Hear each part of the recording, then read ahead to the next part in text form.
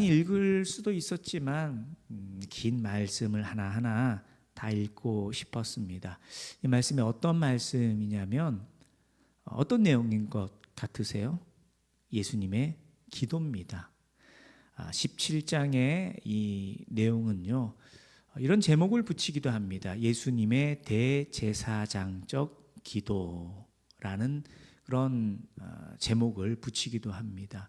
우리가 흔히 예수님의 기도라고 하면, 십자가 지시기 전에 기도라고 하면 겟세마네 동산에서의 기도를 떠올리죠. 그리고 그곳에서의 기도의 내용이라고 한다면 저와 여러분이 잘 기억하고 있듯이 예수님께서 이 잔을 내게서 떠나가게 하여 주십시오. 그러나 내 원대로 마시고 아버지 뜻대로 이루어 주십시오. 이 내용은 아마 다들 기억하실 겁니다. 그런데 요한복음에서는 그 기도가 아닌, 물론 그 기도가 없었다라는 의미가 아니죠. 그 기도만 하신 것이 아니죠. 긴 시간 땀방울이 핏방울이 되기까지 기도하셨습니다. 그 많은 기도들 중에 예수님의 중보기도, 대제사장적 기도라는 게 무엇이냐? 여러분, 대제사장의 가장 중요한 역할이 무엇일까요? 중보자로서의 역할이 대제사장의 가장 중요한 직무이고 역할이죠. 그래서 예수님께서 대제사장적 기도를 하셨다, 중보기도 하셨다라는 겁니다. 예수님께서 십자가 지시고 부활하시지만 승천하시어서 더 이상 육체로 제자들과 함께 있지 못하게 되시는 거죠. 그러나 남겨진 제자들을 위해서, 또 눈앞의 제자들뿐만이 아니라 그 제자들의 뒤를 이어서 무엇이 생겨나게 됩니까? 교회가 세워지죠. 2000년, 바로 오늘 이 순간까지 그 교회가 이어지고 있습니다. 교회를 위하여서도 중보하셨다라는 겁니다. 그리고 저와 여러분이 말씀을 통해서 예수님의 중보기도, 바꿔 말하면 제자들을 향해서, 교회를 향하여서 가장 중요한 기도를 하셨다라는 걸 우리가 알 수 있는 것이죠. 그래서 그 예수님의 기도를 통해서 오늘 내가 제자로서, 주의 몸된 교회로서 우리가 살아갈 때에 우리 또한 무엇을 위해서 기도하며 우리에게 가장 중요한 것이 무엇인가 깨닫는 저와 여러분 되길 원합니다. 먼저 1절부터 5절까지의 말씀은 예수님 자신을 위한 기도입니다. 그런데 예수님 자신을 위한 기도라는 것이 예수님의 안위, 예수님이 성공하고 예수님이 높아지시는 것이 아니라 무엇을 위해 기도하실까요? 예수님의 십자가 사명을 위해서 기도하십니다. 그런데 예수님의 십자가를 위하여 기도하시는 그 내용이 십자가와 어울리는 것처럼 보이지가 않습니다. 자, 1절 말씀 중반부터 보시면 예수님 기도의 핵심입니다. 예수님 어떻게, 무엇을 기도하시죠? 아버지여, 때가 이르렀사오니 아들을 어떻게 해달라고요? 영화롭게 하사, 아들로 아버지를 영화롭게 하게 하옵소서. 예수님께서 자신을 위하여 기도하실 때에 무엇을 위해 기도하시느냐? 예수님 자신이 영화롭게 되게 해달라고 기도하십니다. 그런데 예수님 지금 어떤 사건을 앞두고 계시나요? 이제 기도하시고 잡히시고 고난당하시고 십자가를 지십니다. 그러면 예수님의 영화로움이라는 건 무엇과 관련이 있는 거죠? 십자가와 관련이 있다라는 겁니다. 예수님께서는 십자가 지심이 어떤 사건으로 열매 맺기를 원하시느냐? 아들이 영화롭게 되고 또 그것을 통해 하나님께서 영화롭게 되기를 간구하신다라는 겁니다. 자, 십자가는 표면적으로는 어떻게 보이는 겁니까? 형틀이고요, 저주의 상징입니다. 그러나 예수님의 십자가는 실패하는 것, 저주받는 것, 또 죽음으로 끝나는 일이 아니라 사명을 감당하는 일이고, 이 사명을 온전히 감당했을 때에 예수님께서 부활 승천하시는 영광 가운데 머무시는 그런 열매를 얻게 된다는 것입니다. 그리고 예수님의 그 부활 승천은 또한 하나님 아버지를 영화롭게 하는 일이 된다라는 것입니다. 어떻게 영화롭게 되는 것입니까? 먼저는 그 십자가를 통하여서 십자가 보혈의 은혜, 그 능력을 힘입은 주의 백성들이 죄 사함을 얻고 하나님의 자녀 되는 놀라운 역사가 일어나게 됩니다. 예수님의 사명입니다. 십자가 사명, 죽음의 사명이 아니라 생명의 사명, 살리는 일이 된다라는 겁니다. 그래서 3절에 너무 중요한 말씀이죠. 같이 한번 읽어보겠습니다. 같이 읽습니다. 영생은 곧 유일하신 참 하나님과 그가 보내신 자 예수 그리스도를 아는 것이니이다. 영원한 생명이 어떻게 주어진다고요? 하나님을 아는 것, 곧 그것이 누구를 아는 것과 동일한 것이죠. 예수 그리스도를 아는 것입니다. 그런데 예수 그리스도를 어떻게 안다라는 거죠? 지금 예수님 곁에도 제자들이 있습니다. 그 제자들은 누구보다 예수님을 잘 아는 자들입니다. 그러나 그 안다라는 것은 이 영생과 연결되지 않습니다. 왜요?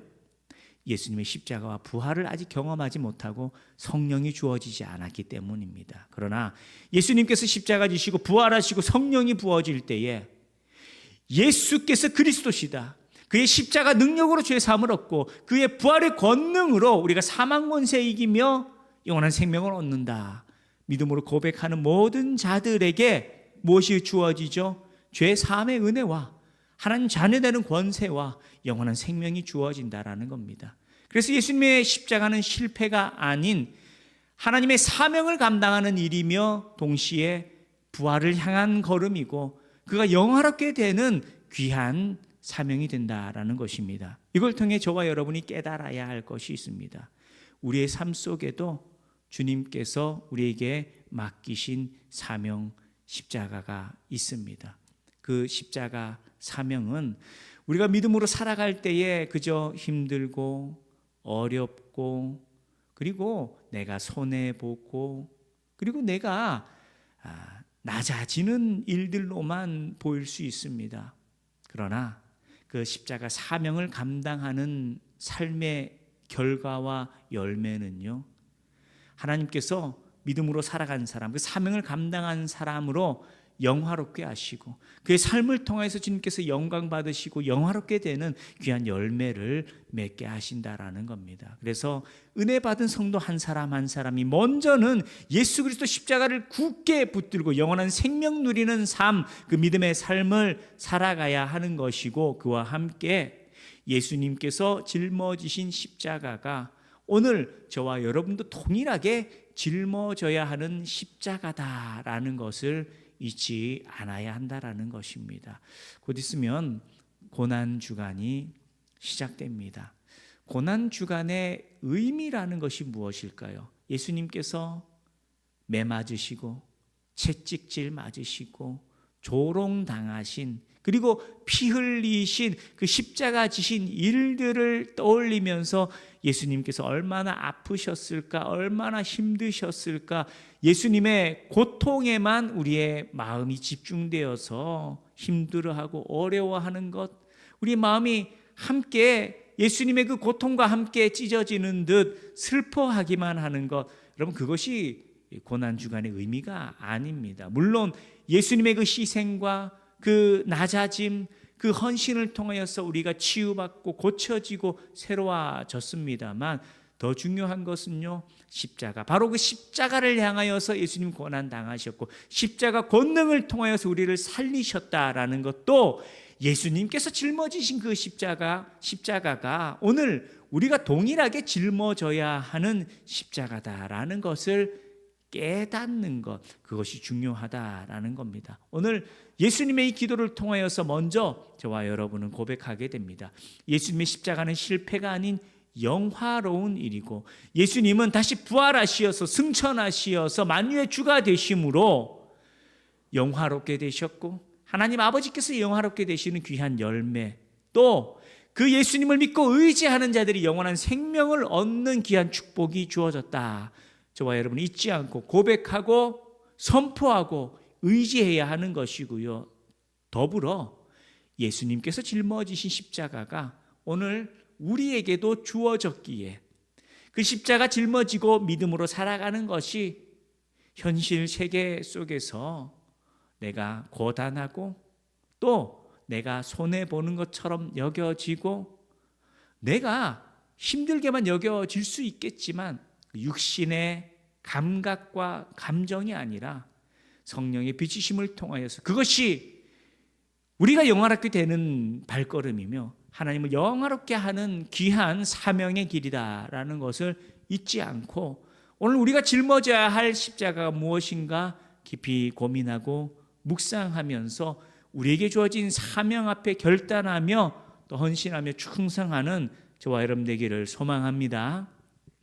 그렇게 1절부터 5절까지 예수님께서 자신을 위해서 기도하시고요. 6절부터 19절까지는 제자들을 위해서 기도하십니다.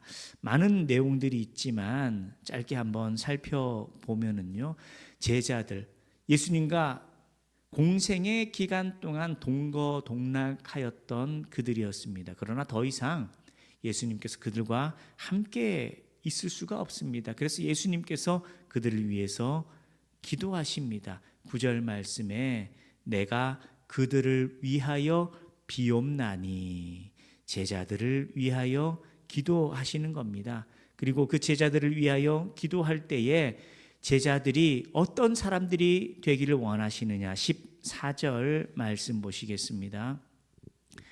내가 아버지의 말씀을 그들에게 주었사오매 세상이 그들을 미워하였사오니 이는 내가 세상에 속하지 아니함 같이 그들도 세상에 속하지 아니함으로 인함이니이다. 자, 먼저 제자들이 어떤 삶을 살아가는 자들이냐. 몸은, 육신은 어디에 있다고요? 세상 속에 있습니다. 그러나 그들의 정체성은 세상에 속한 것이 아니라 하나님 나라에 속했다라는 겁니다. 자, 저와 여러분이 어떤 삶을 살아가야 한다고요? 몸을 가지고 있습니다. 우리는 대한민국 땅에 살고요. 창원시에 속해 있고요. 북면 무동리에 우리가 거주하는 사람들입니다. 그렇다고 해서 우리의 영적인 우리의 존재가 이 세상에 속해 있는 것이냐? 그렇지 않다라는 겁니다. 제자들은 어떤 존재들이냐? 몸은 이 땅을 딛고 살아가지만 영적인 정체성은 세상이 아니라 하나님 나라에 속해 있다라는 겁니다. 저와 여러분이 어디에 속해 있는지를 올바로 깨닫기를 원합니다. 내가 비록 이 땅을 살아가면서 직장 생활도 하고요, 사업도 하고요, 또 우리 청년 학생들이 공부하고 세상 속에서 교육을 받기도 하지만 그러나 우리의 영적인 정체성이 세상에 속한 것이 아니라 우리의 신분은 하나님 나라에 속한 하나님 나라 백성, 하나님 자녀로 살아가야 한다라는 것 잊지 않아야 한다라는 겁니다. 그래서 15절 말씀 같이 한번 읽겠습니다. 자, 같이 읽겠습니다. 15절입니다. 시작. 내가 비옵는 것은 그들을 세상에서 데려가시기를 위함이 아니요 다만 악에 빠지지 않게 보전하시기를 위함이니이다. 자, 예수님께서 제자들을 위해서 어떻게 기도하십니까? 예수님께서 부활 승천하실 텐데 나처럼 저들도 함께 하나님께 가는 것이 아니라 그들이 이 땅 가운데 머물고 있지만 그러나 어떻게 해요? 다만 악에 빠지지 않게 보전하시기를 위함이니이다. 제자들이 이 땅을 살아가되 그러나 거룩한 주의 백성으로 살아갈 수 있도록 하나님 붙들어 주십시오. 세상에 속하지 않은 자들로 살아가게 하여 주옵소서. 또 앞선 구절처럼 세상에 속하지 않고 거룩함으로 주님을 따르기 때문에 세상이 미워합니다. 세상이 조롱하고 박해하고요. 또 고난과 위기 속에 머물 수 있습니다. 그럼에도 불구하고 세상과 타협하는 것이 아니라 깨어서 주님을 바라고 말씀 붙들고 믿음으로 살아가는 자가 되도록 하나님 붙들어 주십시오. 이렇게 예수님께서 기도하신다라는 겁니다. 그래서 17절 말씀도 보시면은요. 어떻게 제자들이 세상에 속하지 않고 거룩하게 살아가느냐? 17절 같이 읽습니다. 시작. 그들을 진리로 거룩하게 하옵소서. 아버지의 말씀은 진리니이다. 자, 어떻게 제자들이 세상과 구별되어 살아가겠습니까? 뭘 통해서요? 하나님 말씀으로. 그래서 제자들은 어떤 삶을 살아가느냐? 세상과 구별된 삶을 살아갑니다. 그런데 그 구별을 어떻게 우리가 하나님의 거룩을 이루며 살아가느냐? 하나님의 말씀을 통하여서 우리가 그 말씀 때문에 그 말씀이 우리에게 비추시는 대로 주의 뜻을 깨닫고 그 말씀에 우리 발걸음을 내딛어서 주님을 따르는 삶, 세상과 구별된 삶, 제자로서 사명을 감당하는 삶을 온전히 살아갈 수 있게 된다라는 것입니다. 저와 여러분이 제자로 살아갑니까? 바꾸어 물을 필요가 있는 것이죠. 나에게 말씀이 있나? 하나님 말씀이 나에게 주어졌고 내가 그 말씀을 진지하게 묵상하며 기도하고 있는가? 여러분, 이 말씀 앞에 우리가 확신할 수 없다면 우리는 제자로 살아갈 동력을 잃고 살아가는 것과 다름이 없습니다. 그러나 저와 여러분이 깨어 있어야 됩니다. 주신 말씀 앞에 우리가 귀 기울이고 그 말씀이 우리의 심령 가운데 심겨야 되고 그 말씀 붙들고 기도하고 순종하고 충성하며 주님을 따를 때에 그 말씀은 힘이 됩니다. 우리를 지키는 능력이 됩니다. 무엇에서부터요? 세상으로부터 우리를 지키고 하나님의 거룩을 이루게 하고 주님을 더욱 사모하고 소망하며 따를 수 있도록 하나님의 역사, 하나님의 도우심이 하나님의 말씀을 통하여서 우리에게 주어지게 된다라는 겁니다. 더욱 주의 말씀에 귀를 기울이는 저와 여러분 되기를 원합니다. 깨어서 그 말씀을 읽고 듣고 묵상하고 기도하는 가운데 하나님의 뜻을 깨닫고요. 무엇보다 하나님 말씀 붙들고 그 뜻 앞에 결단하고 부르짖는 자가 되어서 하나님 허락하신 성령께서 우리 가운데 임하셔서 성령의 충만케 하심 속에서 우리가 말씀대로 살아갈 힘을 얻고 세상과 구별되어서 거룩한 제자로서 사명을 감당하면서 주님을 따르는 하나님의 역사가 우리의 삶 가운데, 우리 교회 가운데 드러나야 한다라는 것입니다. 예수님께서 중보하십니다. 제자들이 어떻게 살아가야 하느냐? 세상에 섞이지 않아야 한다라는 겁니다. 구별되어야 한다라는 겁니다. 세상이 미워하기도 합니다. 그렇다고 해서 세상과 타협하는 것이 아니라 구별되어서 주를 바라보며 사명 감당하며 주님을 온전히 따르는 자들이 되어야 한다라는 것이죠. 어떻게요? 주의 말씀을 통하여서 그 말씀이 들리고 묵상되고 심기고 또 성령의 충만케 하심 속에 그 말씀이 힘과 능력되어서 세상을 이기며 주를 따르는 제자로서의 삶을 살아가야 한다라는 것입니다. 할렐루야. 저와 여러분의 심령에 주의 말씀이 깊이 심기길 원합니다. 뿌리 내리길 원합니다. 열매 맺고 주의 뜻이 교회를 통하여서 제자들의 헌신과 순종과 충성을 통하여서 열매 맺을 수 있기를 소망합니다. 우리 한 사람 한 사람이 제자로서의 삶을 살아가되 주신 말씀의 능력, 기도의 능력 가운데서 세상과 구별되어서 온전히 주님을 따르는 우리 오늘 교회 되기를 축복합니다. 그리고 마지막으로 이제 20절부터 26절까지는 예수님과 함께 했던 제자들뿐만이 아니라 그 뒤를 이어서 세워지게 될 주의 몸된 교회, 바로 오늘날까지 이어지는 이 교회를 위하여서 예수님께서 기도하십니다. 20절 말씀이죠. 내가 비옵는 것은 이 사람들만 위함이 아니요 또 그들의 말로 말미암아 나를 믿는 사람들도 위함이니. 제자들을 위해서 기도하셨고 그 이후에는요 그 제자들을 통하여서 예수님 믿고 따르게 되는 자들, 바로 주의 몸된 교회를 위하여 기도하십니다. 교회를 위하여 기도하시는 것 어떻게 기도하시죠? 21절에 아버지여, 아버지께서 내 안에 내가 아버지 안에 있는 것 같이 그들도 어떻게 되게 해달라고요? 다 하나가 되어 하나 되게 해달라고 예수님께서 교회를 위하여 기도하십니다. 사실 이 하나됨의 기도는 제자들을 위한 기도의 내용 속에도 포함되어 있던 겁니다. 제자로 살아가는 삶도, 주의 몸된 교회를 이루며 살아가는 삶도 가장 중요한 것은요, 예수님 믿는 것과 함께 그 예수 이름으로 하나 되는 것입니다. 오늘 교회가 어떻게 주의 몸된 교회로 하나님의 나라로 굳건히 설 수 있느냐? 뭘 통해서요?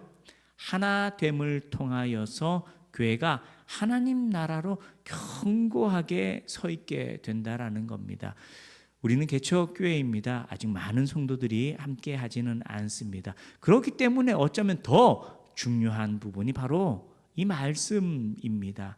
적은 수이지만 더 밀도 높은 친밀감, 교제, 서로를 향한 섬김과 사랑 속에서 그 어느 교회보다 끈끈이 영적으로 말씀으로 또 서로를 사랑하고 섬김을 통하여서 하나 되는 영적인 공동체가 될 때에 이 교회가 힘을 내는 겁니다. 이 교회에게 능력이 있게 된다라는 겁니다. 이 교회 속에서 예수의 권능이 드러나게 된다라는 겁니다. 그런데 교회가 하나 되는 것이 너무나 귀한 것만큼 또 시험과 유혹도 있습니다. 성도들이 하나 되지 못하게 하는 시험과 유혹과 갈등들이 있을 수 있습니다.